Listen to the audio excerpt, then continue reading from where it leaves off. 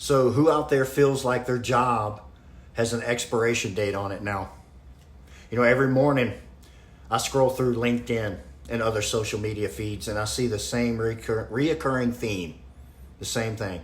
Somebody's doubled their output with AI, or a 5-person team is doing the work of 30 now. Everybody's talking about a whole new level of productivity and speed we've never seen before.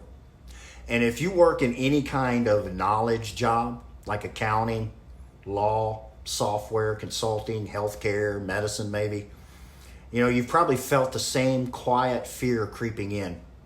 If an AI tool can do the core of what I spent years mastering, why am I needed? That question doesn't go away.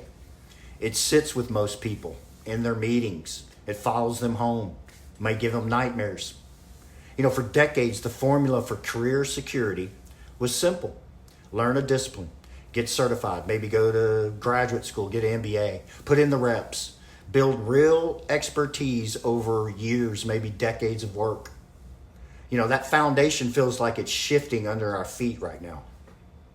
Today, AI tools can write working software code, analyze legal cases, break down complex medical research, and draft full strategies in seconds.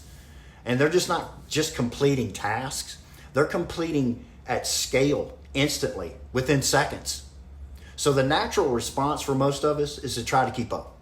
We have tabs in our browsers full of tutorials, bookmarks full of tools that launched this morning, bright shiny objects everywhere. And there's a voice in your head saying, I should be further along than I am by now. But here's the truth. Most people aren't learning these tools out of curiosity. They're trying to protect their job. And chasing AI technology that updates every second, every day, while still trying to work a full-time career, well, it can be exhausting. And it's a race with no finish line. But most of the fear comes from a misunderstanding of where your value actually sits now. Managing AI needs to be looked at as like being a quarterback or a football coach. You're the one calling the play, which tool to use, when to trust it, when to override it. The speed of the AI tool means nothing if the decision and the prompting behind it are wrong. Judgment still matters. Discernment still matters. Keeping humans in the loop still matters, probably more than ever now. So, how do we actually adapt instead of getting run over by this and just getting left behind and getting really pissed off? Well, you got to be curious instead of scared. You got to pick one tool, whether it's ChatGPT or Claude, and actually use it. Don't read tutorials. Don't watch YouTube videos. You learn faster by doing than watching another video about it. Just start using them. Give yourself permission to be a beginner again. Start over like you're in high school or middle school. I know it's uncomfortable. You've spent years becoming an expert at something, but that's not going to work anymore. Nobody starts out fluent. Stay close to people who are a step ahead of you.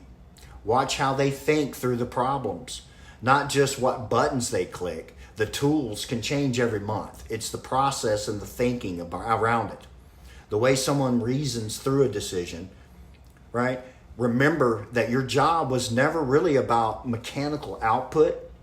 It was about judgment behind it. AI can generate an answer in seconds. It still takes a human to know if that's the right answer or not. And if it's actually useful or actually the right thing to do. The people who come out ahead aren't the ones who resist this shift or the ones who panic and chase, oh my God, it's over.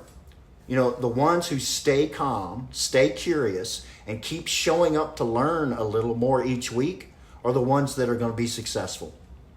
AI isn't erasing the value of expertise. It's changing what expertise looks like. Your career doesn't have an expiration date. The old way of thinking about your value does.